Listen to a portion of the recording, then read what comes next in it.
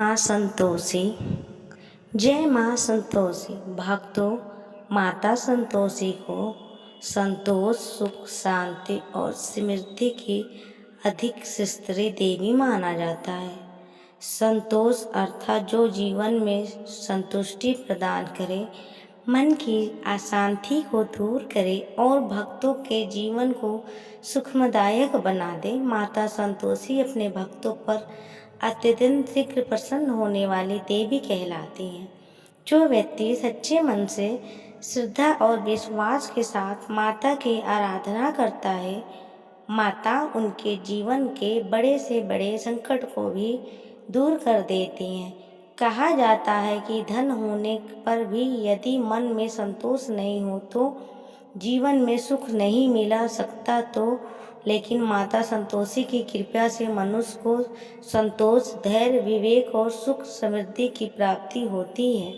माता अपने भक्तों के घर में प्रेम, एकता और खुशहाली का संचार करती हैं। जो भक्त शुक्रवार का व्रत रखते हैं, गुड़ और चने का भोग लगाते हैं तथा श्रद्धा से माता की कथा सुनते हैं, उनके जीवन में सकारात्मक परिवर्तन आने लगता है। माता संतोषी अपने भक्तों के दुख, दरिद्रता, मानसिकता, तनाव और पारंपरिक कलश को दूर करके उन्हें सुखमयदायक जीवन का आशीर्वाद देती हैं। अनेक भक्तों ने माता की कृपा से असंभव कार्यों को भी संभव होते हुए देखा है। जहाँ माता संतोषी की भक्ति होती है, वहाँ धीरे धीरे नकारात्मक समाप्त होने लगती हैं और सुख शांति का वास होने लगता है। माता अपने भक्तों की परीक्षा अवश्य लेती हैं, लेकिन जो व्यक्ति कठिन परिस्थितियों में भी अपनी श्रद्धा और विश्वास बनाए रखता है, माता उसे कभी निराश नहीं करती। उनका आशीर्वाद जीवन को नई दिशा देता है और भाग्य के बंद द्वार भी खुलने लगते हैं। जब श्रद्धा और भक्ति के साथ माता और पावन व्रत कथा बहुत अब श्रद्धा और भक्ति के साथ सुनिए माता संतोषी की पावन व्रत कथा।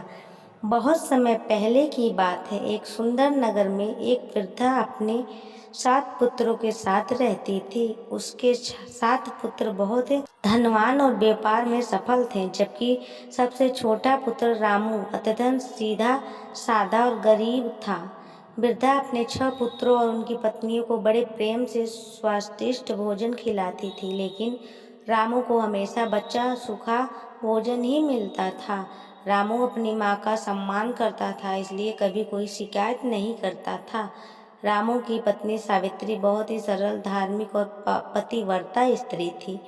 वह अपने पति से बहुत प्रेम करती थी और हर परिस्थिति में उसका साथ निभाती थी, लेकिन ससुराल में उसके सम्मान नहीं मिलता था। उसे दिन भर घर का काम करना पड़ता था और बदले में ताने सुनने पड़ते थे। एक दिन रामू ने अपनी पत्नी की पीछा पीड़ा देखी रामू ने अपनी पत्नी की पीड़ा देखी और मन ही मन निश्चित किया कि वो परदेश जाकर धन कमाएगा। उसने सावित्री से कहा, मैं वापस लौटूंगा और तुम्हारे सारे दुख दूर कर दूंगा।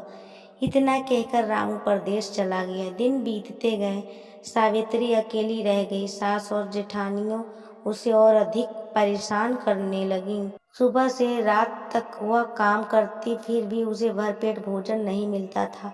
एक दिन वह जंगल से लकड़ियां लेकर लौट रही थी। रास्ते में उसने कुछ महिलाओं को एक स्थान पर पूजा करते हुए देखा। उसने सामने दीप जल रहा था, गुड़ और चने का प्रसाद रखा था और वो बड़ी श्रद्धा से किसी देवी का कथा सुन रही थी। सावित्री ने बिना पूछता पूछा, बहनों, आप किस देवी की पूजा कर रही हैं? एक वृद्धा महिला बोली, बेटी, हम माता संतोषी का व्रत कर रहे हैं। माता संतोषी अपने भक्तों के सभी दुख दूर करती हैं और मनोकामनाएं पूर्ण करती हैं। सावित्री ने माता के व्रत की पूरी विधि जान ली। उसी दिन उसने मन में संकल्प लिया कि वह भी प्रत्येक शुक्रवार को माता संतोषी का व्रत करेगी। अगले शुक्रवार उसने व्रत आरंभ किया और वो प्रत्येक स्नान करती, माता का ध्यान करती, घी का दीप जलाती, गुड़ और चने का भोग लगाती और श्रद्धा से माता की कथा सुनती। इधर प्रदेश में रामू का भाग्य बदलने लगा। उसका व्यापार तेजी से बढ़ने लगा। धन, सम्मान और सफलता उसके कदम चूमने लगे। यह सब माता संतोषी की कृपा का परिणाम था। लेकिन सफलता के कारण रामू धीरे धीरे अपने घर और पत्नी को भूलने लगा। उधर सावित्री पूरी श्रद्धा से माता की भक्ति करती रही। उसके मन में अटूट विश्वास था कि एक दिन माता उसकी प्रार्थना अवश्य सुनेगी। एक शुक्रवार की रात माता संतोषी रामू के सपन में प्रकट हुई। माता ने कहा, रामू, तुम्हारी पत्नी सावित्री अत्यंत श्रद्धा से मेरा व्रत कर रही है। वह अनेक कष्ट सह रही है। अब समय आ गया है कि तुम अपने घर लौट जाओ। सुबह होते ही रामू की आँख खुल गई। उसने माता का दिव्य स्वरूप याद आ गया। उसने तुरंत घर लौटने का निर्णय लिया। कुछ दिन के बाद वह अपने नगर पहुंचा गया। जब उसने अपनी पत्नी की दशा देखी तो उसकी आंखों से आंसू आ गए। उसने सावित्री से क्षमा मांगी और उसने सम्मानपूर्वक अपने साथ रखने लगा। माता की कृपा से उसके घर में धीरे धीरे सुख उद्यापन का समय आ गया। सावित्री ने माता संतोषी के व्रत का उद्यापन करने का निश्चय किया। उसने पूरे गांव के बच्चे को भोजन के लिए आमंत्रित किया। व्रत का एक महत्वपूर्ण नियम था कि भोजन के समय कोई भी खट्टी वस्तु नहीं खाएगा। लेकिन उसकी जेठानियां उसकी खुशी देखकर जलने लगी। उन्होंने बच्चों को पैसा देकर कहा, भोजन के बाद इमली खरीद कर खाना। बच्चों ने वैसा ही किया। इसी कारण व्रत का नियम भंग हो गया। भूल से असफल हो गई। कुछ ही समय बाद रामू के व्यापार में हानि होने लगी। घर में परेशानियां बढ़ने लगी। सावित्री बहुत दुखी हुई।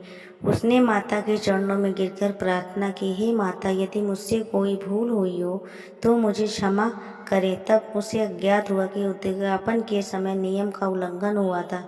सावित्री ने पूर्ण श्रद्धा और नियम पूर्वक माता का व्रत किया। उसने माता से क्षमा मांगी और पहले से भी अधिक भक्ति करने लगी। माता संतोषी अपने भक्तों की सच्ची भक्ति देखकर शीघ्र ही प्रसन्न हो जाती हैं।